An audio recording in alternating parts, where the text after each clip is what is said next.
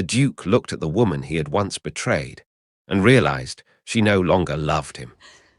Years earlier, he had faked losing his memory so he could marry her younger sister without ruining his reputation.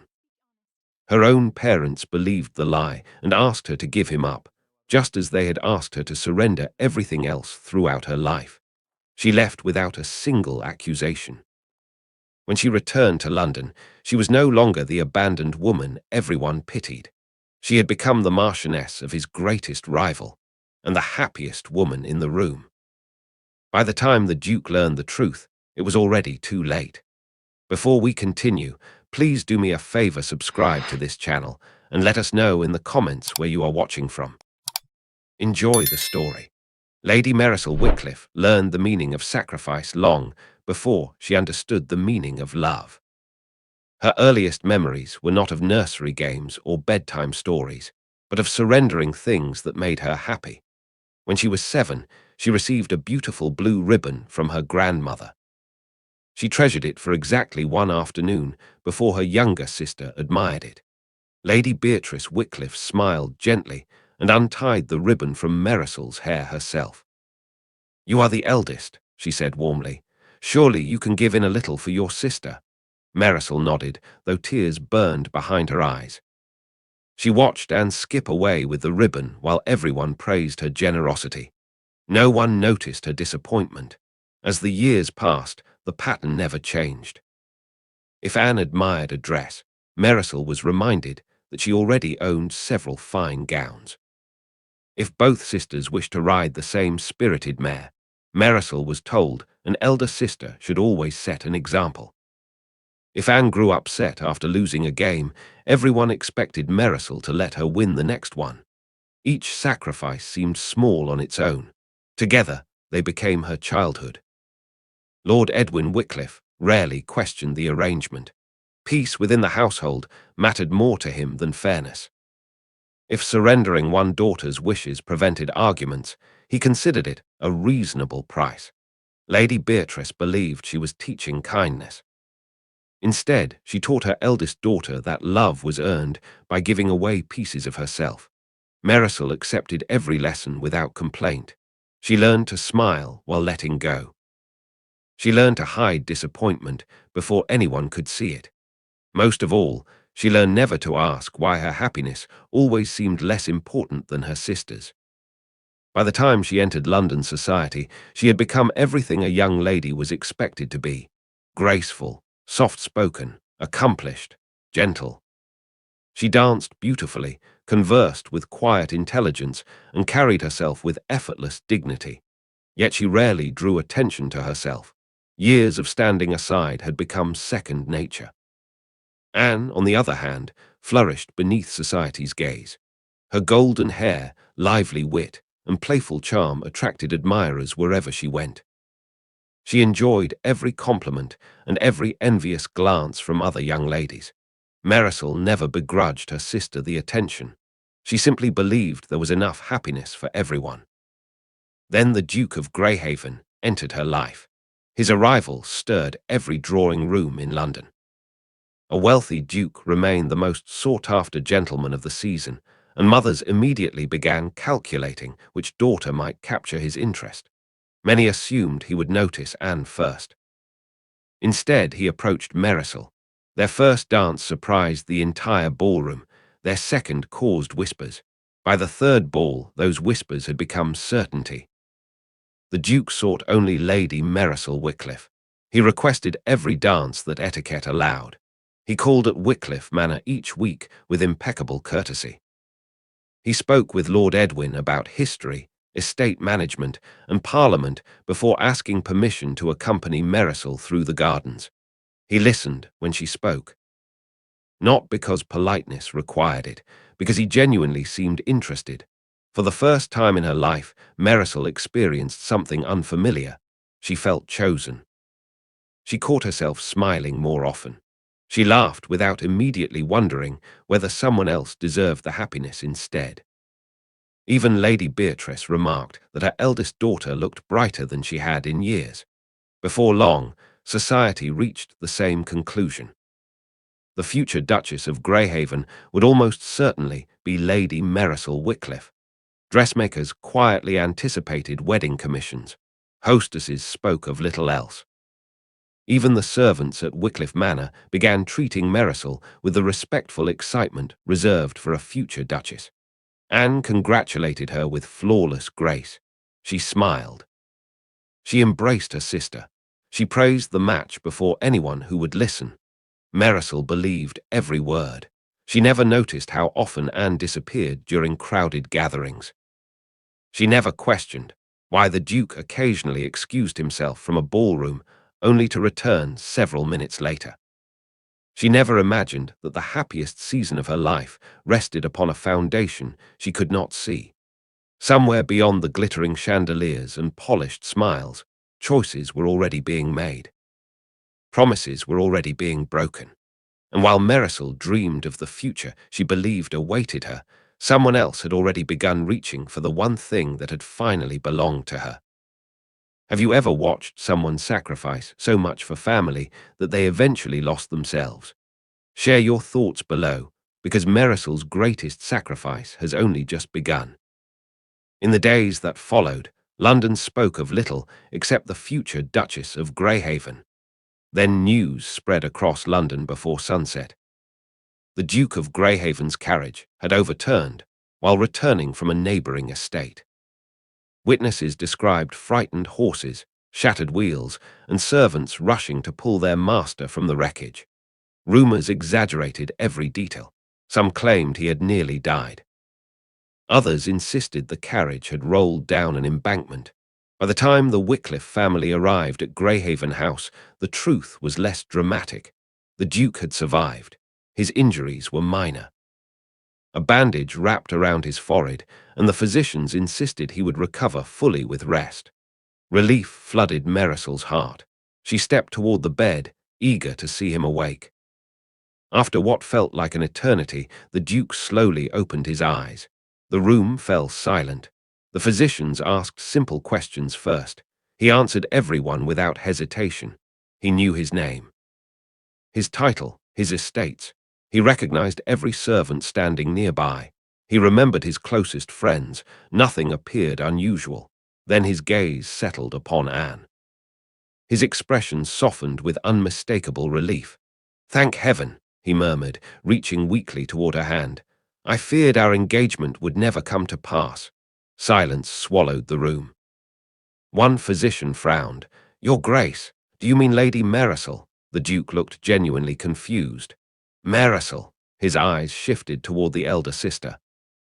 He studied her face with quiet politeness, as though searching his memory for a passing acquaintance. Nothing came. "I'm afraid," he said carefully, "I do not believe we have met." Marisol stared at him. Surely she had misunderstood. She stepped closer until she stood beside his bed. "It is me," she whispered. "Marisol." The Duke searched her face again before slowly shaking his head. "I am sorry, my lady." His voice carried neither cruelty nor embarrassment, only calm certainty. "I do not know you." The words struck harder than any blow. Marisol forced herself to smile. "You asked my father for permission to court me. No recognition. We danced together throughout the season. Nothing. You promised." A physician gently interrupted. "My lady, please." Another exchanged a thoughtful glance with his colleague. A severe shock to the head may disturb memory in unusual ways. Certain faces or events can disappear while everything else remains intact. The explanation settled over the room with uncomfortable ease. Before Marisol could speak again, Anne clasped the Duke's hand. Fresh tears spilled down her cheeks. "Please do not force yourself," she whispered, her voice trembling. "The physicians warned you not to strain your memory." She looked every inch the devoted fiancé. Her grief appeared effortless. Every glance toward the Duke overflowed with concern. Every trembling breath invited sympathy.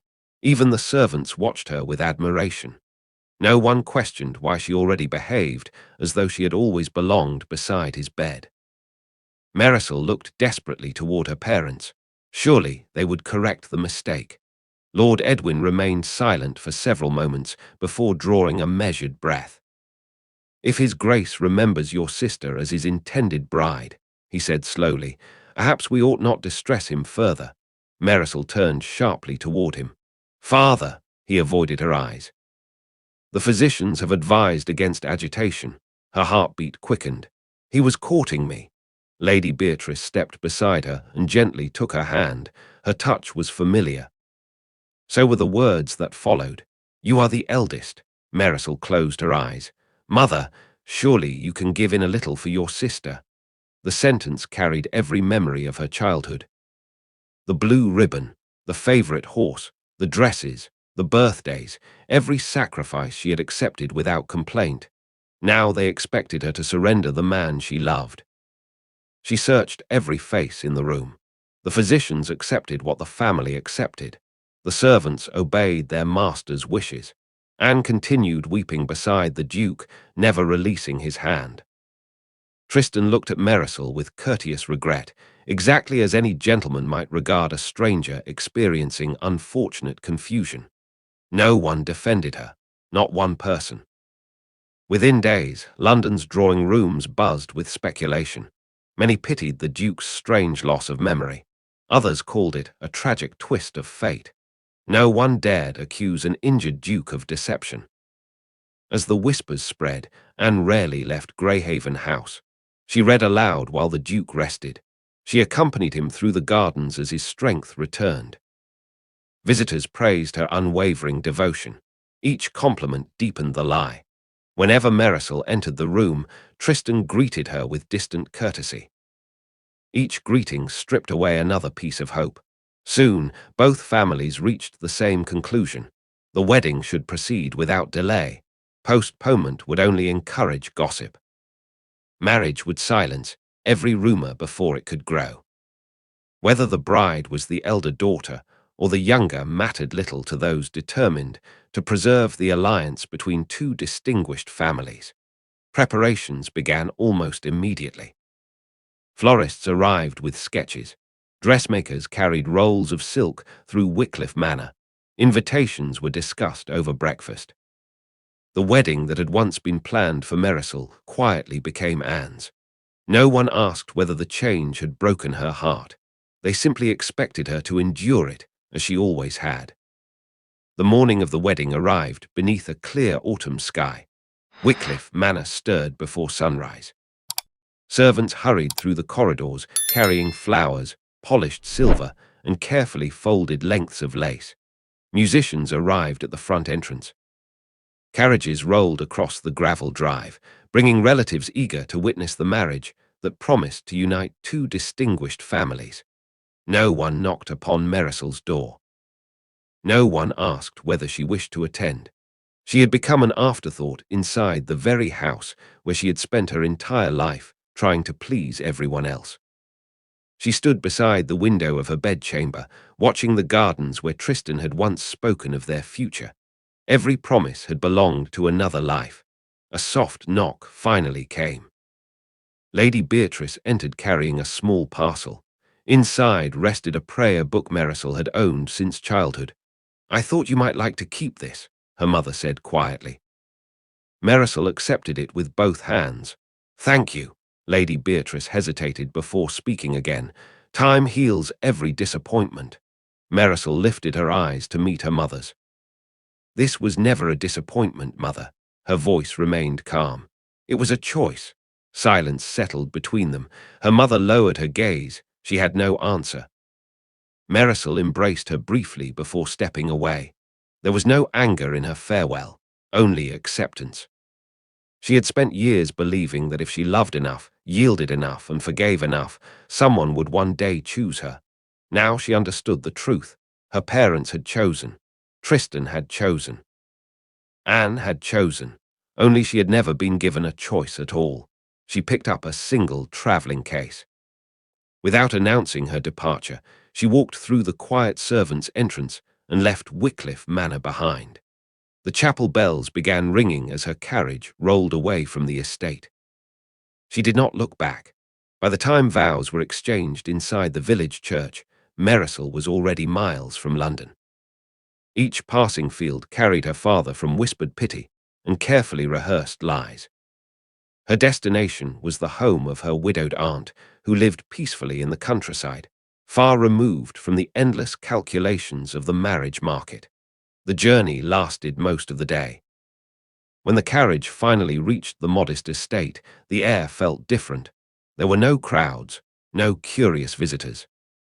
Only wide meadows, ancient oak trees, and the quiet sound of birds settling among the branches. Her aunt welcomed her without questions. She simply embraced her. "You may stay as long as you wish." Nothing more was required.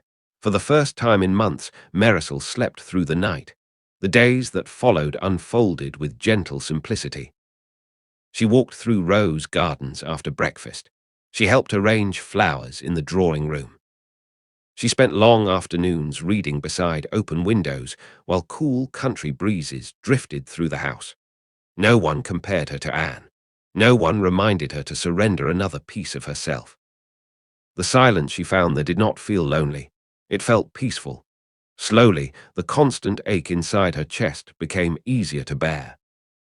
One crisp morning, while walking along a woodland path bordering the neighboring estate, she noticed a gentleman examining the hoof of his horse.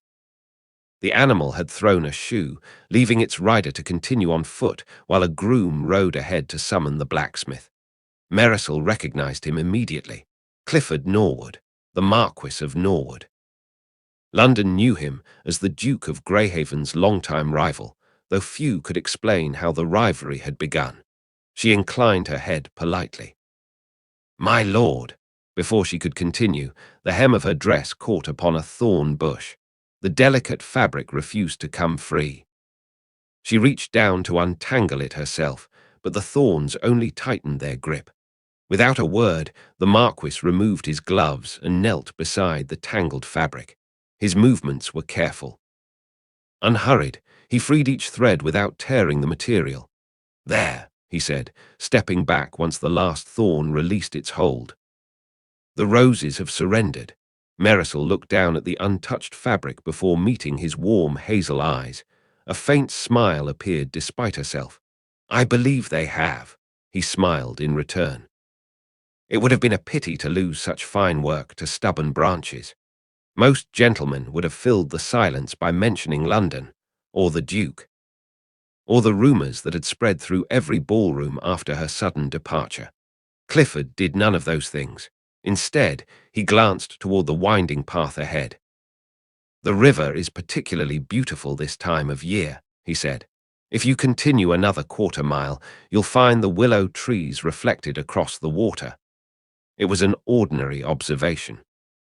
Nothing more, yet it carried something she had not realized she missed: normalcy. He tipped his hat with quiet courtesy. "I wish you a pleasant walk, Lady Marisol." "And you, my lord." They continued in opposite directions. Marisol walked a few more steps before realizing something had changed. For the first time since leaving London, she had smiled without forcing herself. The feeling was unfamiliar, small, fragile, yet unmistakably real. Hope had not returned all at once. It arrived as quietly as the countryside itself. Life at her aunt's cottage settled into a gentle rhythm. Each morning, Marisol helped gather flowers from the garden before breakfast. Afternoons were spent reading beneath the shade of ancient oaks or walking the winding paths that stretched between neighboring estates. The countryside asked nothing of her. It did not measure her worth by the title she might marry. It did not whisper about broken engagements or forgotten promises. For the first time since leaving London, she no longer woke expecting another piece of her happiness to be taken away. One bright morning, while following a woodland path lined with wild roses, she noticed a familiar gentleman walking ahead. Clifford Norwood, the Marquis of Norwood. He recognized her at once and inclined his head with easy courtesy. "Lady Marisol, my lord." He slowed his pace. "I trust your aunt is well." "Very well, thank you." "And have the roses behaved themselves since our last encounter?" She looked toward the bushes bordering the path and smiled. "I believe they have learned their lesson." "I should hope so." They know you would come to my rescue again. His quiet laugh carried through the trees. I doubt they fear me quite that much. They continued walking together without either suggesting it. Their conversation wandered from the unusually warm autumn weather to the river that wound through the neighboring valley. Clifford pointed toward a cluster of distant trees. The swans usually return before winter.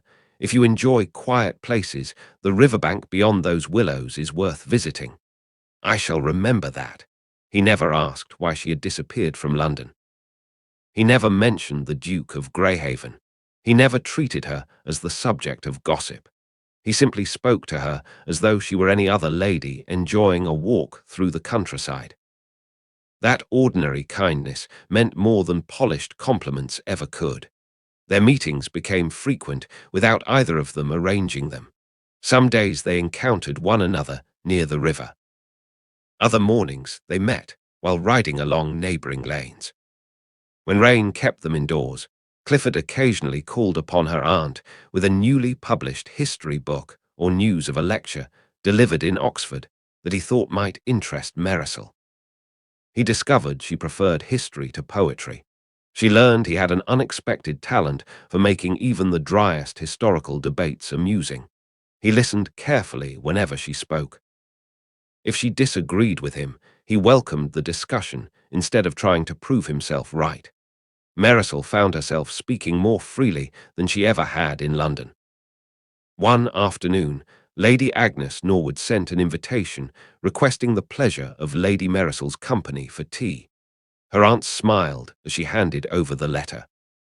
I believe the Marchioness Dowager has taken an interest in you. Marisol accepted the invitation with quiet curiosity. Norwood House possessed none of the grandeur meant to impress visitors. It felt lived in, warm, welcoming. Lady Agnes greeted her herself rather than leaving the task to servants. My dear Lady Marisol, I have been looking forward to meeting the young woman my son speaks so highly of. The words caught Marisol by surprise. Clifford had spoken about her, not as a scandal, not as an object of pity, simply as someone worth knowing. Tea passed easily. They spoke about books, gardens, village charities, and the changing season. When Lady Agnes offered her another slice of lemon cake, Marisol instinctively declined. You are already too generous. Nonsense, Lady Agnes replied with a gentle smile. Take it. Marisol accepted the plate. I am sorry. I did not mean to. Lady Agnes tilted her head. There it is again. Marisol looked puzzled. What is? You apologized. A faint blush touched Marisol's cheeks. I suppose I did. My son tells me you do it rather often. Lady Agnes folded her hands. You apologized before sitting down. You apologized before accepting tea. Now you've apologized for accepting cake. Marisol gave an embarrassed smile. I had not noticed. Lady Agnes studied her with kind eyes. Who taught you that receiving kindness must always be earned? The question settled over the room. Marisol searched for an answer. She remembered ribbons surrendered without complaint. Dreams quietly abandoned. A future handed to someone else because she had been told it was the right thing to do. She could not remember affection that had not required a sacrifice. Her silence answered the question. Lady Agnes reached across the table and gently covered Marisol's hand. Listen to me carefully, child. Her voice was warm, steady. A family should never measure one daughter against another. The words shattered something grief had left untouched. Tears slipped down Marisol's cheeks before she could stop them. Lady Agnes rose and embraced her. No conditions, no expectations, only love. It was the first embrace Marisol had ever received that asked nothing in return. From that afternoon onward, Norwood House became more than a neighbouring estate. It became a home where Marisol was welcomed exactly as she was. The months passed almost unnoticed. She laughed more easily. She stopped apologizing for every kindness. She no longer questioned whether she deserved happiness. One crisp autumn afternoon, she and Clifford stood overlooking the lake beyond Aldermere Hall. The water lay perfectly still beneath the golden trees. I know another man once asked for your future, Clifford said quietly. I am not asking for what remains after that. He turned to face her. I am asking for everything you are today. He offered his hand. Nothing more, nothing less. I love the woman you have become, Lady Marisol. Will you do me the honor of becoming my wife? Marisol looked into his warm hazel eyes. There was no pressure, no expectation, only a choice that belonged entirely to her. She placed her hand in his. Yes, for the first time in her life, she chose a future that did not require her to surrender herself to deserve it. What does true love look like to you? Share your thoughts below, because Marisol has finally learned that real love is never won through sacrifice. It is freely given and freely returned. Their wedding took place on a quiet autumn morning in the village church. There were no crowds gathered outside. No curious spectators gathered outside to witness the ceremony. No ambitious families hoping to secure introductions to titled noblemen. Only those who truly cared for them filled the small stone church. Marisol stood near the altar in a gown chosen for no one's approval but her own. It was elegant without extravagance, beautiful without demanding attention. Lady Agnes Norwood stood behind her, carefully fastening the bridal veil. Her hands were gentle, steady.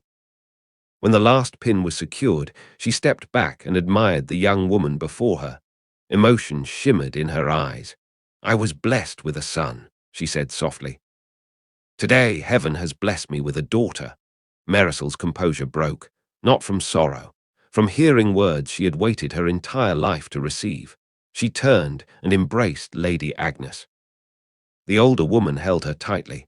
No conditions, no expectations, only love. When they finally parted, Lady Agnes brushed a tear from Marisol's cheek. You owe us nothing, my dear. You have already given us more than you know.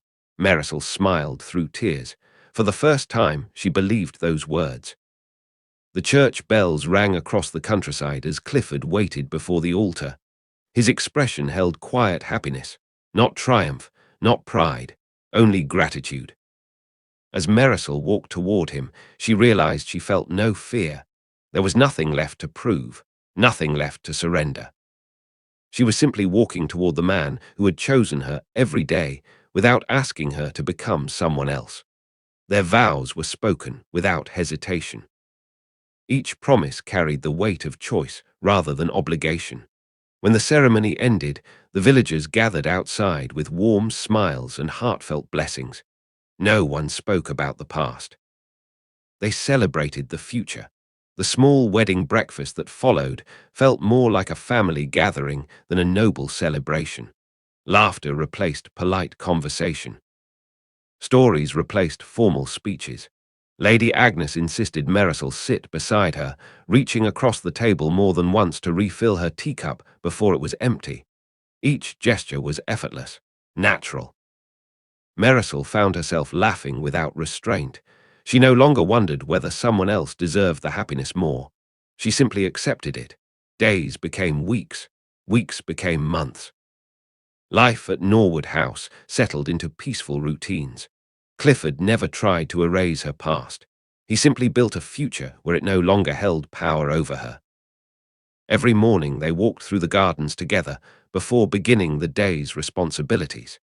Every evening they shared quiet conversations before the library fire. Love did not arrive through grand declarations. It revealed itself through countless ordinary moments. News of their marriage traveled quickly through London. Many remembered the abandoned daughter who had disappeared before the Duke of Greyhaven's wedding. Few expected her to become the Marchioness of Norwood. Fewer still expected her husband to be the one nobleman the Duke of Greyhaven had spent years trying to surpass. The announcement reached Greyhaven House during breakfast. Tristan unfolded the newspaper with little interest. His attention lingered on one notice. Lady Marisol Wickliffe had become Marchioness of Norwood. He read the announcement twice, then once more. Across the table, Anne noticed his silence. She leaned closer and glanced at the printed page. A small smile curved her lips. It seems my sister has found someone after all. Tristan folded the newspaper carefully. I see that. His voice remained composed, yet something about the news unsettled him. He had expected Marisol to withdraw from society forever. Instead, she had married. Not merely married. She had married Clifford Norwood, the one man whose success had irritated him for years. The following season brought London's grandest assemblies back to life. The Royal Conservatory ballroom glittered beneath hundreds of candles as the nobility gathered once more. Conversations paused as a newly arrived couple entered the ballroom.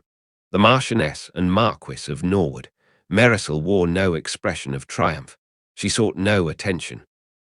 She greeted old acquaintances with quiet warmth before accepting Clifford's arm as they crossed the ballroom. She looked peaceful, confident, entirely at ease. Gone was the woman who had once entered every room wondering whether she belonged there. Tristan noticed her almost immediately. His conversation faded into the background. He watched as she smiled at something Clifford whispered. The smile reached her eyes. He realized with growing discomfort that she looked happier than she ever had during their courtship. Not because she possessed a higher title, not because society admired her, because she no longer carried the weight she once bore. Anne followed his gaze. She saw exactly what he saw. Marisol was no longer searching crowded rooms for the Duke. She never looked in his direction. She laughed freely beside her husband, completely unaware of the attention she attracted. For the first time in years, Anne felt something unfamiliar tighten inside her. She had won. She had taken everything she believed her sister wanted. So why did Marisol look like the happier woman? The answer refused to leave her thoughts. As the music filled the ballroom and polite conversation continued around them, Anne found herself watching her sister far more often than anyone else. The victory she had celebrated for so long no longer felt quite as satisfying as it once had. The Royal Conservatory ballroom hummed with music and polite conversation. Ladies drifted between the dance floor and the refreshment tables, while gentlemen discussed parliament, estates, and the latest society marriages. Marisol stood beside Clifford as they greeted familiar faces with quiet ease. She no longer entered a ballroom hoping to be noticed. She belonged exactly where she was. After one dance, Clifford excused himself to speak with an elderly family friend. I shall return presently, Marisol smiled. I will be here. She wandered toward the conservatory, drawn by the cool evening air that filtered through the glass. The scent of roses filled the quiet space. She paused beside a marble fountain, enjoying a rare moment away from the crowded ballroom. Footsteps sounded behind her. I wondered whether I would find you alone. Marisol turned. Anne stood in the doorway, her emerald gown catching the light. Her smile carried none of the warmth she displayed before society. I thought congratulations were in order, Anne said lightly. Marisol met her gaze. Thank you, Anne's smile tightened. You seem remarkably content. I am. The simple answer unsettled Anne more than any sharp reply could have done. She folded her arms. I expected you to resent me. I did once. And now, I no longer have reason to. Anne gave a quiet laugh. You have always been too forgiving. Marisol said nothing. Silence invited Anne to continue. It was always so easy. She wandered slowly through the conservatory, trailing her gloved fingers across the leaves. If I admired something, everyone expected you to surrender it. Marisol remembered the blue ribbon, the favorite horse, the countless little losses that had shaped her childhood. Anne smiled to herself. You never learned to refuse me. I have learned. Anne ignored the remark. When Tristan began courting you, I could not understand it. Her voice remained calm, almost amused. For the first time in our lives, something belonged only to you. She turned to face her sister. I could not allow that. Marisol remained still. Anne mistook her silence for defeat. What began as secret conversations became something more. She smiled with unmistakable satisfaction. When the accident presented itself, everything became wonderfully simple. Marisol's expression did not change. There was never any accident worth fearing. Anne laughed softly. The carriage overturned exactly as planned. The injuries were insignificant, and the memory loss, Anne's smile widened, practiced. She spoke the word with pride. Every confused glance, every forgotten promise, every question answered with perfect uncertainty. She shook her head, admiring the deception. Tristan played his part beautifully. Marisol looked at her quietly. So did you? Anne inclined her head with mock gratitude. The physicians believed every word. So did mother and father. Once they agreed to remain silent, no one questioned anything. She stepped closer. I took the Duke exactly as I took everything else. I won. She waited. She expected tears, anger, despair. Instead, Marisol smiled. It was gentle, peaceful, almost grateful. Anne stared at her in confusion. You are smiling. I am. Why? Marisol looked through the conservatory windows toward the ballroom. Clifford had just entered, searching the room until his eyes found hers. A quiet smile crossed his face. Marisol returned it before looking back at her sister. Because I owe you my gratitude, Anne frowned. What could you possibly mean? If you had not taken Tristan, Marisol's voice remained calm. I would never have met the man who truly chose me. She glanced toward Clifford once more. He never asked me to become less so someone else could have more. He never asked me to surrender pieces of myself to deserve his love. For the first time in my life, I know what it feels like to belong. Anne's confidence faltered. You're pretending. No. I finally stopped competing. Footsteps approached behind the doorway. Neither sister noticed. Tristan had entered the conservatory moments earlier, searching for Anne. Her last words stopped him where he stood. The carriage overturned exactly as planned. Every sentence that followed struck with growing force. There was never any memory loss. Tristan played his part beautifully. I took the Duke exactly as I took everything else. I won. The certainty he had carried for months vanished. He looked at Anne, then at Marisol. The truth stood before him without accusation. Marisol slipped her hand into Clifford's as he reached her side. There you are, he said softly. I was wondering where you had disappeared. She smiled. I was saying goodbye to the past. Clifford looked at her with quiet understanding. He asked no questions. Together they left the conservatory. Neither looked back. Silence settled over the room. Anne slowly turned. Only then did she see Tristan standing in the doorway, the color drained from her face. He did not raise his voice. He did not accuse her. He simply looked at her as though seeing her clearly for the first time. Every victory she had celebrated shared the same pattern. Each one had belonged to Marisol before she claimed it. The blue ribbon, the praise, the attention, the Duke. A cold realization settled over him. Anne had never fought for him because she loved him. She had fought because he was the last possession that had belonged to her sister. He had mistaken obsession for devotion. He had destroyed an honest woman to become the prize in someone else's lifelong rivalry. For the first time since the deception began, the weight of his own choices became impossible to escape. The confession in the conservatory changed nothing for Marisol. It changed everything for Tristan. The silence that followed Anne's careless triumph settled over Greyhaven House long after they returned home. For the first time since their marriage, Tristan began seeing what had always been before him. Anne rarely spoke of their future. She spoke of victories. She reminded him how every envy she had ever carried ended the same way. If Marisol possessed it first, Anne would not rest until it became hers. The favorite horse, the admiration of society. Even him, a painful truth emerged one memory at a time. He had never been the desire of Anne's heart. He had been the final prize in a rivalry she refused to lose. Everything he had sacrificed, his honor, his word, and the trust of a woman who loved him without reservation, had been exchanged for a marriage built upon jealousy instead of love. Meanwhile, life moved peacefully at Norwood House. Marisol no longer measured happiness by what had once been taken from her. She measured it by what she received each day without ever having to ask. One afternoon, Lady Agnes entered the drawing room carrying a basket of freshly cut roses from the garden. "My dear daughter," she said with a warm smile, "would you help me arrange these before dinner?" Marisol looked up from her book. "Daughter," the word still carried quiet wonder each time she heard it. She rose and embraced Lady Agnes with the same affection she had once longed to receive from her own mother.